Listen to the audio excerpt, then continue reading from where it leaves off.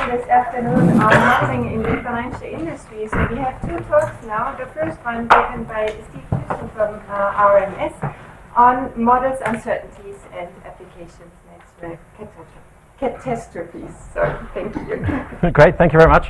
And thanks for the invite for coming to talk here today.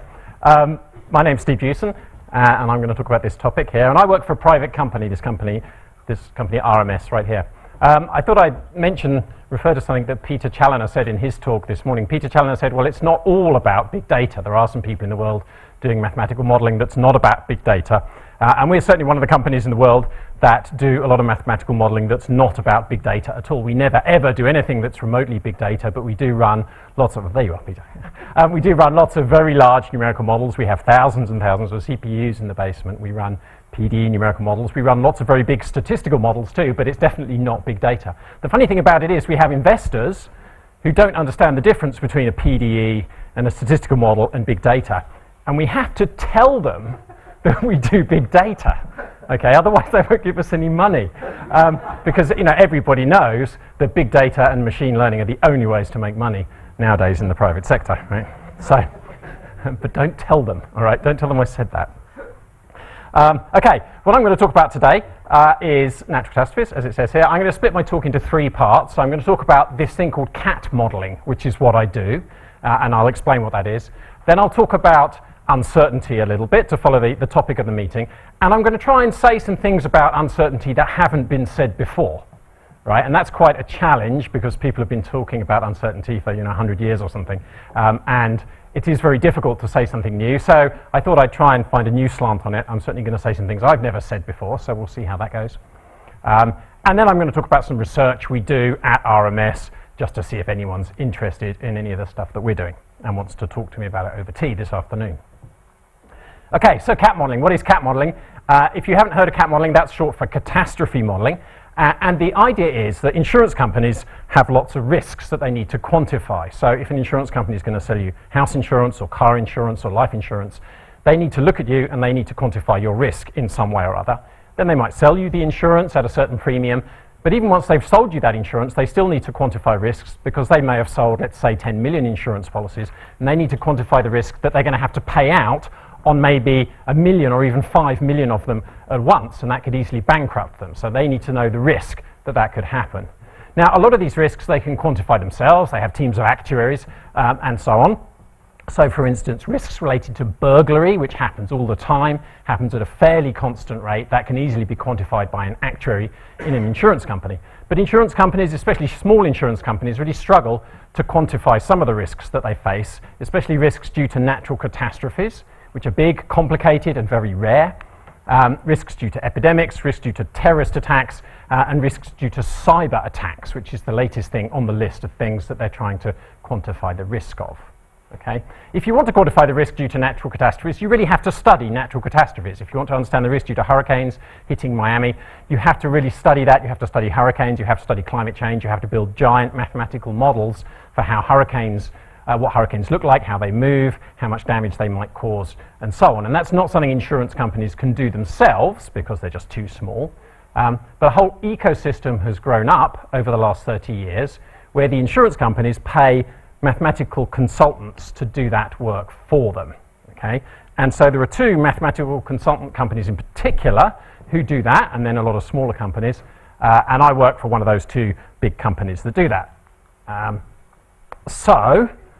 Yeah, there are these mathematical consultancies, and this all comes out of some work that was done by a guy called Don Friedman, who worked for an insurance company in the US in the 1960s, and he's the guy who first used this idea of ensembles in meteorology to represent uncertainty. He doesn't get credit for it in the academic community, but already in the 1960s, so 30 years before we had ensembles in weather forecasting or climate forecasting, there was this guy in the insurance industry who was creating ensembles to look at uncertainty in insurance risk.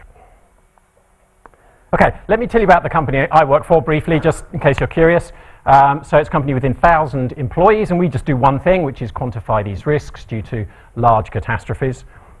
We have around 150 people with PhDs, mathematicians, meteorologists, climatologists, seismologists, statisticians, and so on and so forth, building all the models that we build. They just sit there every day in front of their computers and they build models.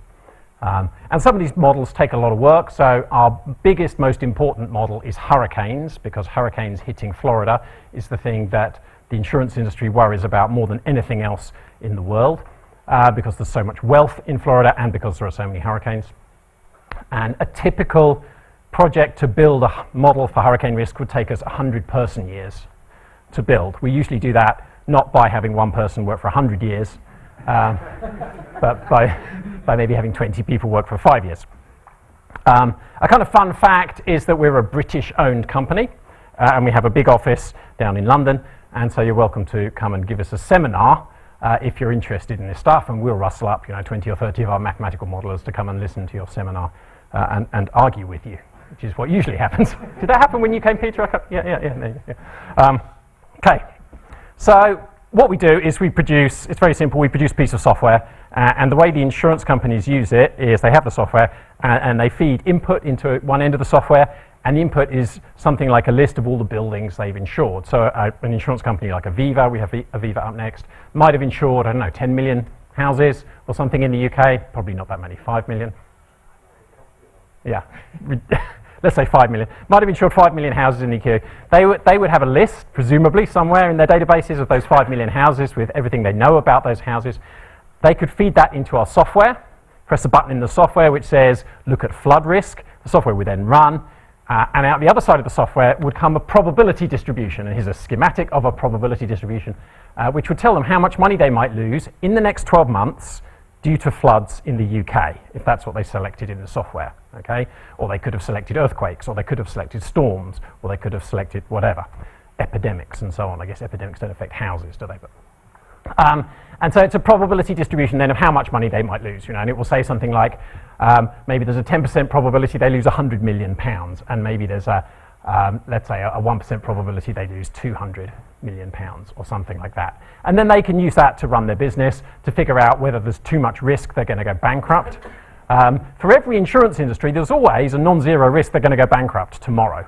If there's a big natural catastrophe, they just live with that. They can't prevent that. They can't ever get to the point where there's a zero probability of them going bankrupt. But they try and reduce that probability down to at least 1 in 200 per year, and maybe even lower than that, maybe 1 in 1,000 per year sometimes. Anyway, so that's what we do. We produce this piece of software that they use to produce this distribution and various other outputs that I won't go into. And if you're all scientists and mathematicians, you're probably wondering how this software works. Well, the way it works, it uses this evil thing called Monte Carlo, we heard criticized this morning. It uses Monte Carlo simulation, and a typical methodology would be to simulate 100,000 versions of next year. Okay? And then in each of those versions of next year, there will be floods, realistic storms, realistic earthquakes, epidemics, and so on and so forth. And then the software will apply those pre-simulated catastrophes, which took 5 years to simulate in the back office. They will apply those pre-simulated catastrophes to this list of 5 million buildings and calculate a loss for every building, and then combine that all to make this distribution here. Okay, so that's in a nutshell what we do. We have some successes. I'll mention a couple of successes and then I'll quickly mention a failure. One of our big successes was Hurricane Katrina. You probably remember Hurricane Katrina in 2005 hit New Orleans and caused lots of damage. And this had been predicted, in the sense of risk modeling, had been predicted many years in advance. So the models that we had from around 2001 onwards had hundreds of thousands of hurricanes in them, and had several hurricanes which did exactly more or less what Hurricane Katrina did. Hit New Orleans, caused lots of damage, broke the defenses, caused flooding. Okay, so the insurance companies were very well prepared for Hurricane Katrina, and no insurance companies went bankrupt because of Hurricane Katrina, because they all knew it was going to happen sooner or later. Similarly for Hurricane Sandy, or Superstorm Sandy, which in 2012 hit New York, I'm sure you remember that. Again, the model we had at that time had 3, in particular, storms which did pretty much exactly what Sandy did, which was cause fairly weak winds, but large storm surge in New Jersey and New York, and caused lots of damage. Okay, so again, the insurance companies were well prepared for that and didn't go bankrupt as a result. Just to balance that, I've included one failure, which was the Great East Japan Earthquake and Tsunami, which you all remember from 2011. There was this big earthquake, and that caused a huge tsunami, huge amounts of damage. And nobody really had said this was going to happen. Certainly the CAT modeling companies didn't have that in their models. We had a model for earthquakes in Japan, so you could calculate what your likely losses were going to be from earthquakes in Japan. We didn't have earthquakes this big, and we didn't have tsunamis attached to them. Okay, so we really failed on that account. We can make excuses about how the rest of the scientific community, almost all of the rest of the scientific community, also failed to say that this could have happened, but that's really no excuse. So our goal is to get to the point where I could stand up here maybe in 50 years' time and say, over the last 50 years, there have been no failures. There have been no surprises in our models. We really did capture every possible major catastrophic event. And that would include terrorist attacks, epidemics, and so on. Okay, so that was CAT modeling and what it's all about, to explain sort of who I am and what I do. I wanted to say something about uncertainty to sort of tie in with the theme of this conference. And I was trying to think what I could say about uncertainty that hasn't been said before. And I thought what I would do is talk about questions that our clients ask us. And our questions that our clients ask us, they're not sort of couched in mathematical language that academics might use when they talk about uncertainty. So if you talk to seismologists, they always talk about aleatoric and epistemic uncertainty. If you talk to meteorologists and climate modelers, they talk about initial condition and model and parameter uncertainty. Okay? So I could talk a lot about that, but our clients don't come to us and say, Steve, what is the aleatoric uncertainty in your model? They have real questions that are relevant to their businesses, but are nevertheless about uncertainty. So I thought I would try and talk about some of those questions. Maybe you can help me understand what they're really about. The first thing I'll say is that the output from our models already captures uncertainty in some sense. So I mean, this is the typical output from one of our models. Again, it's the same probability distribution I showed earlier. This is supposed to be a density, okay? This is supposed to be damage, let's say, in billions of dollars due to hurricanes hitting the US. This wouldn't be an unreasonable distribution for that. And you could call this uncertainty, right? And you could call the very fact we're looking at a distribution, you could call that uncertainty, and sometimes that's how we use the word uncertainty. But very often, when people talk about uncertainty, they don't mean that. They mean that. They mean, well, could that distribution be different? Okay, because the insurance companies will be using that every day to figure out how much money they need to hold in the bank. Okay, and they might pull a number off here, 120 billion, and might say, okay, well that determines how much money I put in the bank. But they might be a bit unhappy about how large that number is, so they might say, well, could that be different?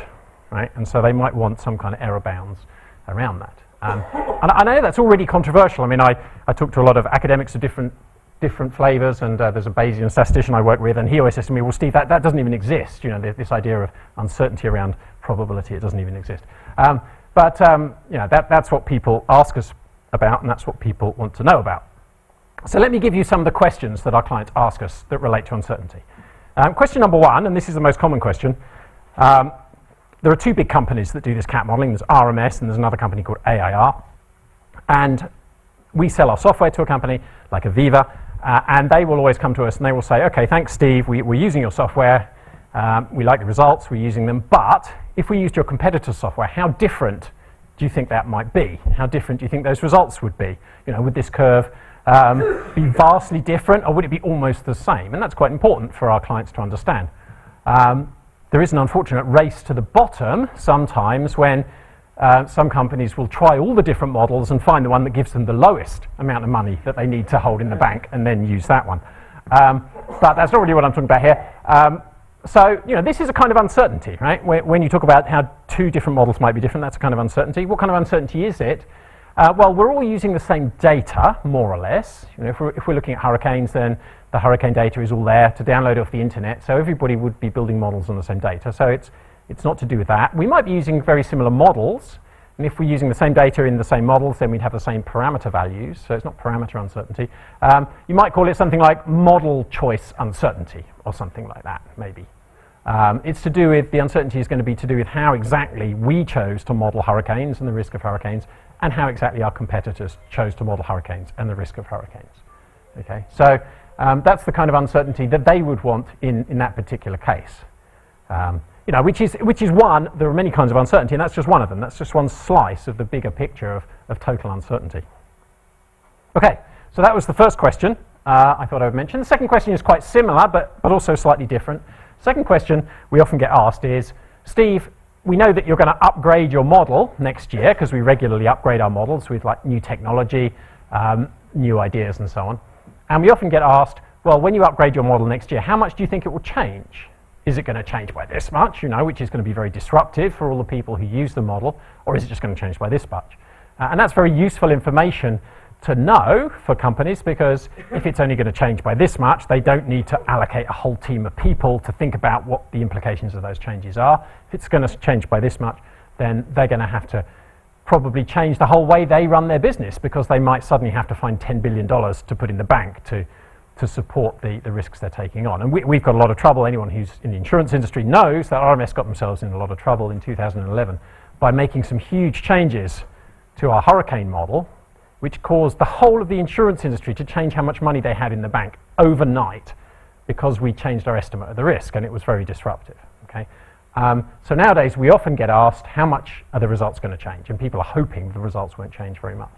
So that's another kind of uncertainty. It's almost the same as the previous kind of uncertainty. It's not quite the same. I mean, it's related to modeling choices. It's also related to sort of scientific advance and the rate of scientific advance, because for some models are not likely to change very much because we've got a lot of data, we understand the physics fairly well. Other models, like cyber risk models, are likely to change very rapidly at this point in time, because we understand very little about cyber risk, and the landscape is changing all the time as well. So that's a different kind of model change, a different kind of uncertainty. Okay, let me keep moving on. The third question that we often get from our clients is, it's very similar to the second one. Next year, when you upgrade your model, but just with the latest data, rather than with the latest methodologies, okay, so that's a different thing, how much might the results change? Okay, so this is also a kind of uncertainty, but it's a different kind of uncertainty. It's nothing to do with modeling choices. It's just really to do with data and realizations of data. So in the next 12 months, we'll have another hurricane season. Okay, we've had about 117 hurricane seasons since people started counting hurricanes, more or less. We're going to get one more on the end of that. So that's a small incremental extra bit of data. Doesn't sound like very much, doesn't sound like that should change the model very much. But if there are a lot of hurricanes next year, that could change it quite a lot. And also, hurricanes are much better measured now than they were in 1900. Okay? And so every new season of hurricane data always teaches us something. So one season of hurricanes can actually change our hurricane model quite a lot. And our clients would like to know how much our model might change, how much those distributions might change. So that's a different kind of uncertainty. Again, it relates to data realizations, what realization of data we might get next year. Relates to parameter uncertainty, because our parameters in the model might change. And relates to quality of data as well. And something we do in RMS is we run simulations of what might happen next year, and then we rebuild our model to see how large the changes might be. And we make statements to our clients where we say, well, there's only a 10% chance that the model is going to go above X, or a 10% chance the model is going to go below Y for some of our models in some situations. So we're doing a strange sort of prediction exercise of what a model might say in the future. That was client question number 3. Client question number 4 is the last one. I almost never get asked this one, okay? Although I think this is the one that implicitly people think is the real question. Can you tell us what is the likely size of the difference between your model and the truth? And actually, this word truth, I never hear it. I mean, I never hear anyone referring to truth. No one ever asks about the truth. They always just talk about the model and live in some kind of model world, which is quite interesting. But I think, what you were talking about this morning, Peter, you were talking about discrepancy and so on, the gap between models and the truth. But this isn't somehow what people seem to be concerned about. I think it's a lot of the time because there are a lot of analysts who work in industry whose job it is to use models, and they don't particularly care about the truth. They just care about, they come to work, they need to use this model, they know this model might change tomorrow, so they're worried about that because that might give them some work to do. Where does the truth come into it, sort of thing? I mean, that's a slightly cynical view, but there are a lot of people who do live in these model worlds, and so the truth often is not mentioned. There's also some interesting, the gap between model and truth relates to almost every kind of uncertainty, I guess, so it's a very broad kind of uncertainty. It also relates to a weird philosophical issue, and I'm not very big on these kind of philosophical questions, but it also relates to the question of whether probabilities are truth or not, can be truth or not, can be real or not. And there are people out there who write very nice philosophical essays about how probabilities are not real, they're just subjective and so on and so forth. So I mean, maybe this question doesn't make sense anyway, since what we're dealing with is risk and probabilities. If you think that risk and probabilities are entirely subjective, then you're not trying to get at the truth anyway, because there is no truth. Anyway, so that's a slightly mysterious thing. I wouldn't say that people sit around worrying about this. The academics are all convinced that there is no such thing as truth in terms of probabilities, and everyone else in the world knows that there is. And so, there's no debate really. That's been my experience. Okay, so that was the second part of my seminar. And I'm putting these sort of questions, these client questions out there very deliberately to raise some discussion if people are interested in discussing some of these things. This is how we think about uncertainty and how we think about trying to produce uncertainty products that would actually be useful for our customers. We've done uncertainty projects, and we found that just generally quantifying uncertainty but not really trying to answer a question has been a bit futile for us, because we present the uncertainty around our distributions to our clients, and then they say, well, so what? What do I do with that? And so now, rather than doing it that way around, we're trying to start with some of these questions. And clients have these questions they do want to answer, like, well, what is the likely change in the model? And so nowadays, in terms of how we're trying to model uncertainty, we try and think about producing exactly the kind of uncertainty which will answer those questions that they have. Okay, since I've got you as a captive audience, I thought I would talk about some of my favorite topics right now. These are some RMS research topics that we're doing some work on, which are somehow related to these topics of uncertainty and modeling, etc. So let me go through that. I think I've got 4 on the list. The first one, here's an interesting one. I don't think it's been mentioned so far today. So we run lots of simulation models, lots of PDE simulation models for hydrology and meteorology and climate and so on. We run climate models for thousands of years. And what we do is we might run a climate model for 10,000 years, and then we'd go in and we'd look at the extreme events in that model. So we'd pick out the extreme storms, or the extreme floods, or hurricane, or rainfall, or whatever it is. Okay? And we always thought, naively, that if you want to look at, say, the 1 in 1,000-year storm, you would have to run your model, at least 1,000 years, preferably 5,000 or 10,000 years. But then some smart academics came along recently, and some of you may have seen this, and have been showing, using sort of dynamical systems theory and so on, that there are ways to run these kinds of simulation models where you cheat, in a way, and you don't have to run 10,000 years. You might run only 1,000 years, but you still get the 1 in 5,000 year events. Okay? And there's all sorts of different cheats that come out of dynamical systems theory to enable you to do that. And it's a kind of nascent area of academic research right now. People are starting to write papers about it. I went to a conference about it earlier on this year. But we're very interested in this because right now we can only run about 10,000 years of atmospheric simulation. We'd really like to run 100,000 years.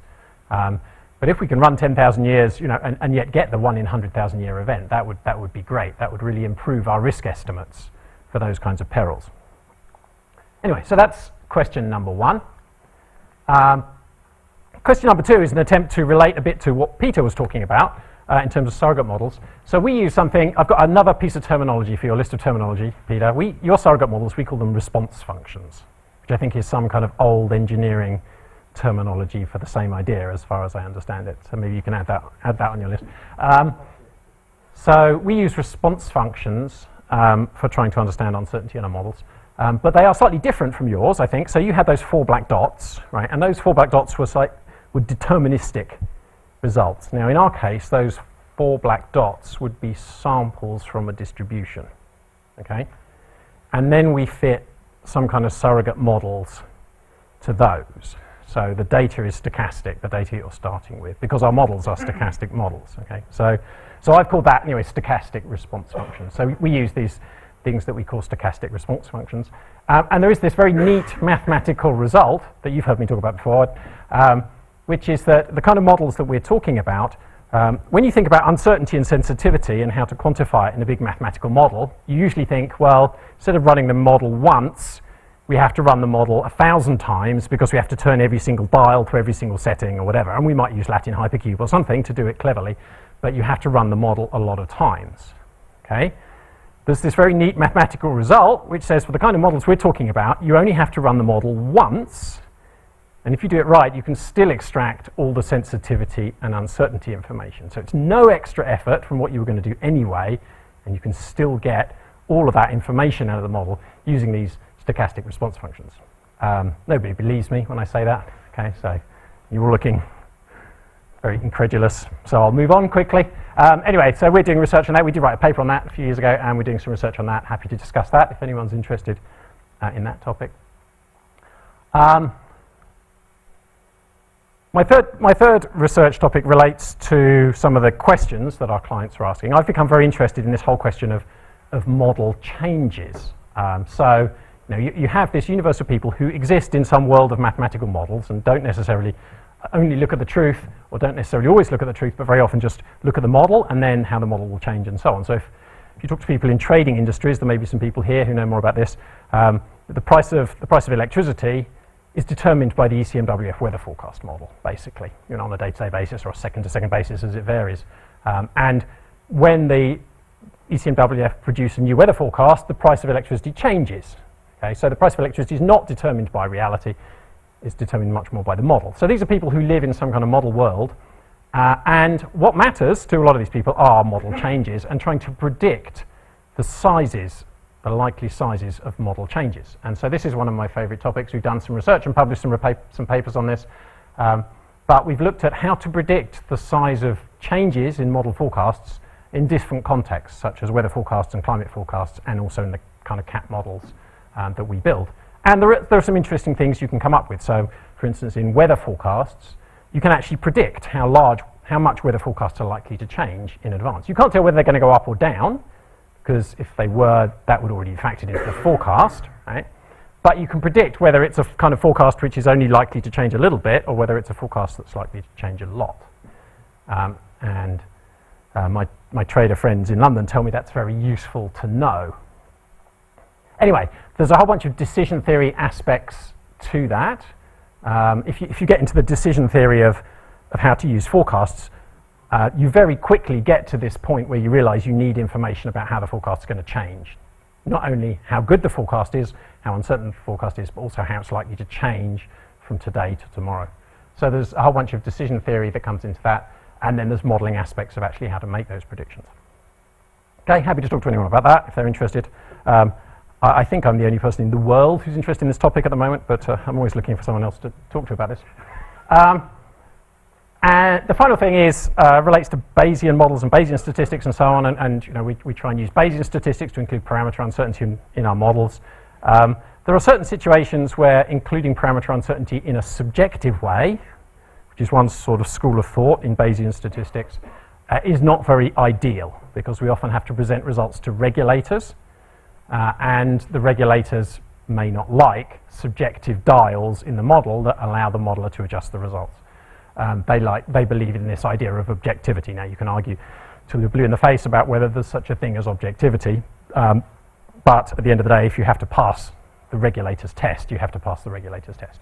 So we're very interested in these ideas of producing objective priors for complex models.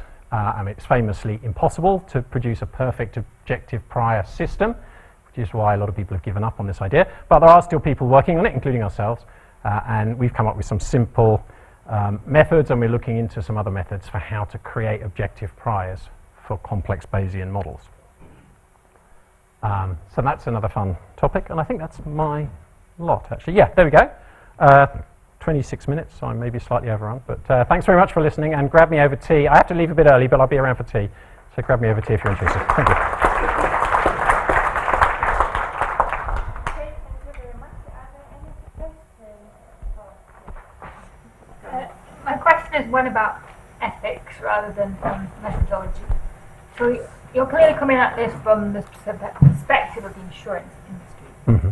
Obviously, natural disasters affect people and people's lives. So it sounds like you've done a lot of great simulations, and you said that you can correctly predict, or you have some information about the likelihood of hurricanes happening in certain places in the world. And you said that the insurance industry was well prepared for that.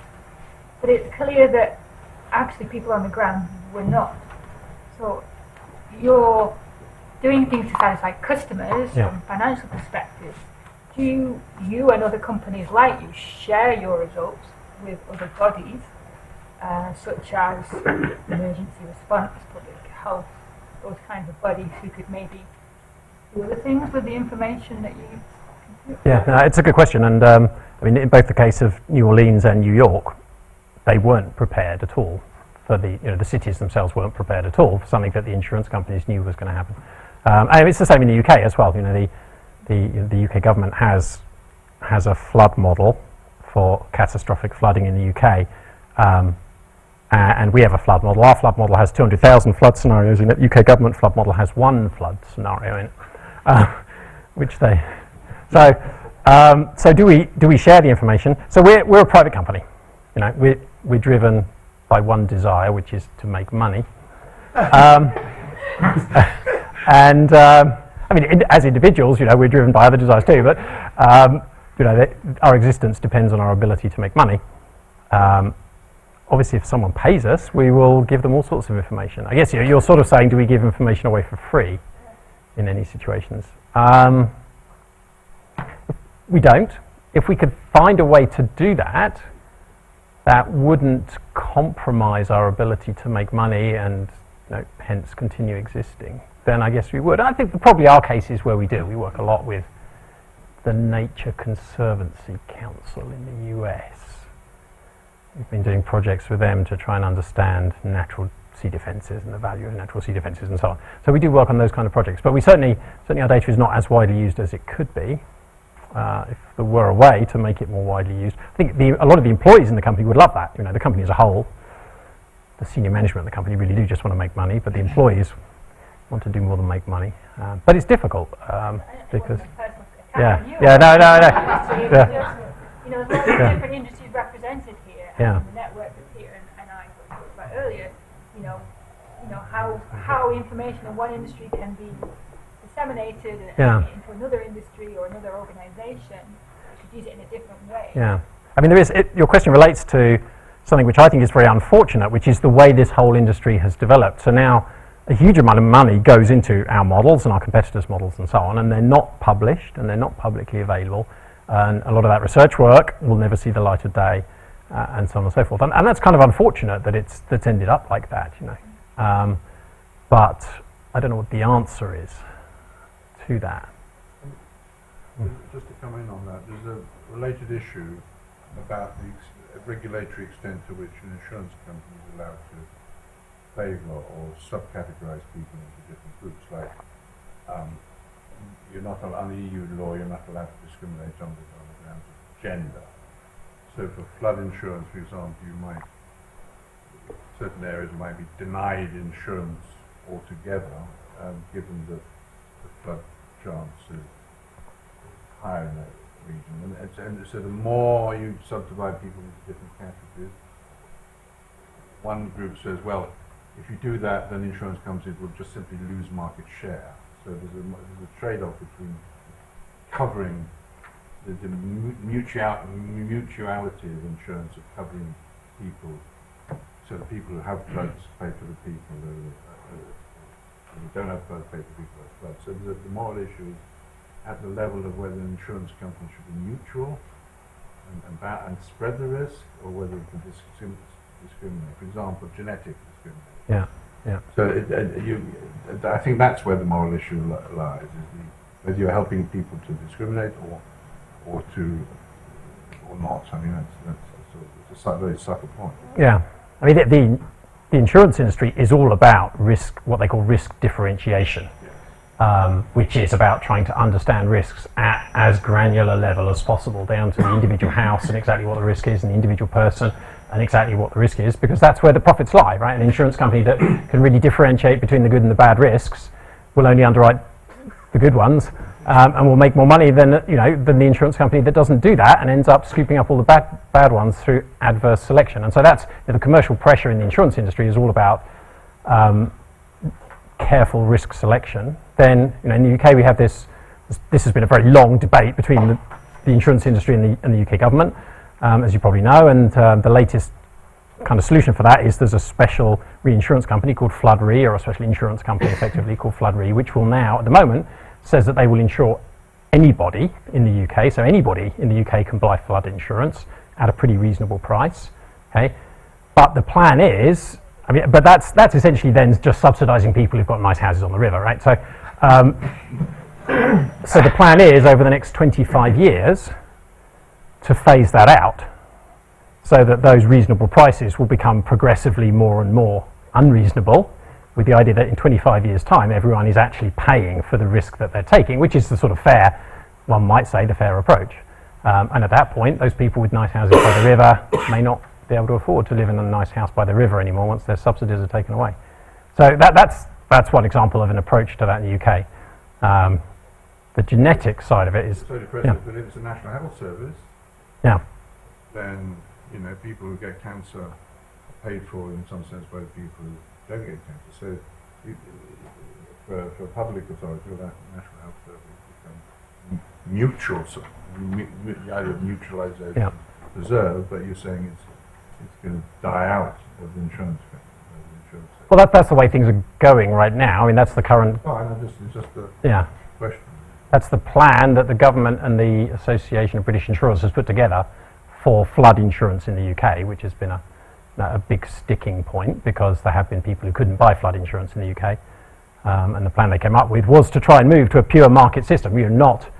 I mean, it's still a mutual system in that you're sharing aleatoric risk, but you're not sharing epistemic risk, right? So, I mean, if someone is a bad risk because they live right by the river and it floods every 5 years, then why should anyone else subsidise them, right?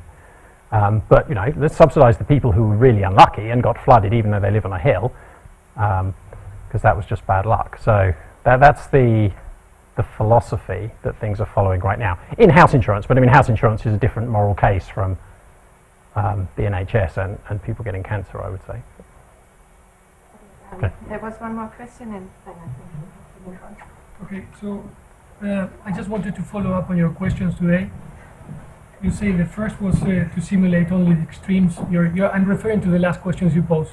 Oh, yeah. Okay, so the first one, and you mentioned that there was an approach from dynamical systems.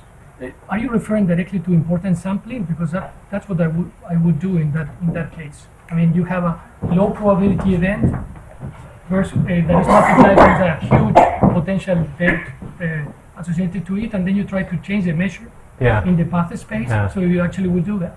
Yeah, I mean, people use importance sampling a lot in this field, but no, the methods I was talking about are not importance sampling at all. They're for dynamical systems. So it's when you've got a simulation model. Got a simulation model that simulates 10,000 years of weather. Mm-hmm. Is there some way you can trick it into simulating only the years that have got bad weather? But this is related to importance sampling because you're associating a probability that is not only related to the frequency. Oh yeah, well it will. But also to the effect that it will cause to you. Yeah, I mean at the end of it. Probability towards those events that will cause you harm. Yeah. So at the end of it, you'll end up with something which looks like importance sampling. But the question is, how do you create the samples? If it's a dynamical system, how do you actually trick the dynamical system into creating only the extreme samples? That's where the research is. This is done through the conditional probabilities of transition, essentially. Okay, we can discuss a little bit more. Yeah. So I think that relates also to the second question that you posed on stochastic response functions, because you want them to be accurate in the importance zone. And in the last one, when you said objective priors to complex models, there's a work by Kovarue on trying to, I mean, it's not so old, on trying to establish systematic priors that will not induce extra information. Maybe you are interested in that too. And the last question that I had was related to the third, the model changes that you said. Do you embed the possibility for the model to change and you sort of do a data simulation to actually predict a trend in how the model will change? Or because somehow this is a meta parameter, a hyperparameter, right? You're trying to infer based on data how a model is changing. So do you actually put some kind of extra parameters in the drift or something like that to be able to predict a change? Because is this physical related or is this something that you just fit data? I mean, what I was talking about is we're not trying to predict whether the model will go up or down. Okay. Because we can't, because by definition, if we knew that, we should already include that in the model. Exactly. So it's a sort of efficient market hypothesis kind of thing. We're trying to predict whether the model change is likely to be a big one or a small one. And that could depend on all sorts of things, right? It depends how much more data you're going to get. If you suddenly find out you're going to get a lot more data from somewhere, But somehow this is like estimating a volatility on the model, right? yeah. So if you know you're about to get a whole lot more data, then you know that the model is likely to change a lot when you rebuild it next year using this extra data. Is it? If you know that a new scientific theory has come out for hurricanes, which is going to change your model, then you know that the model is going to change a lot, More likely, yeah. and so on. So there's all these different. I mean, any aspect of how you build a model can lead to the model to change when you rebuild it. If you're talking about rebuilding a model. We can discuss a bit more then. Yeah. In terms of weather forecast, it's a bit different. In terms of weather forecast, it's whether the weather forecast is going to change or not, and how much it's going to change. Basically depends on the weather. So some weather systems are more stable than others, and you know that the forecast is not likely to change. Other weather systems like blocking are more unstable, and so you know the weather forecast is more likely to change. Thank you. Good. Okay, so thank you very much for the talk.